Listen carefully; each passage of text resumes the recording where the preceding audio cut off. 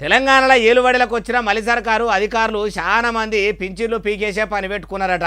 ఒదికో కాంగ్రెస్ ప్రభుత్వం అధికారంలోకి వచ్చినాక ఇప్పటి వరకు కొత్త పింఛన్లు ఇచ్చింది లేదు. ఎన్నికల ముంగడ పెంచుతామని చెప్పిన పింఛన్లు కూడా ఇస్తలేరంటే ఇంకా పింఛన్లు తీసేసుడు ఏందే ఏం కథనే బాలన్న అంటే అన్ని ముచ్చట్లు మీకు మంచిగా చెప్తా పాన్రి. షై సర్కార్లో మొన్నటిదాకా చేసిన కులగణన సర్వేల చాలా మంది అర్హులకు పింఛన్లు వస్తున్నాయని తెలిసిందట. రాష్ట్రంలో చాలా పల్లెల్లో కూడా చచ్చిపోయిన వాళ్ళకు కూడా ఇంకా పింఛన్లు పడుతున్నాయట. అట్లనే గవర్నమెంట్ నౌకర్లు ఉన్నోళ్లకు ఊళ్ళో భూమి జాగాలు ఎక్కువ ఉన్నోళ్లకు కూడా ఎక్కువ మందికే పింఛన్లు పడుతున్నాయని తెలిసిందట. అందుకే మలి సర్కార్ ఇప్పుడు అర్హులకు కాకుండా అనర్హులకు వస్తున్న పింఛన్లను ఏరేసే పని పెట్టుకున్నదట.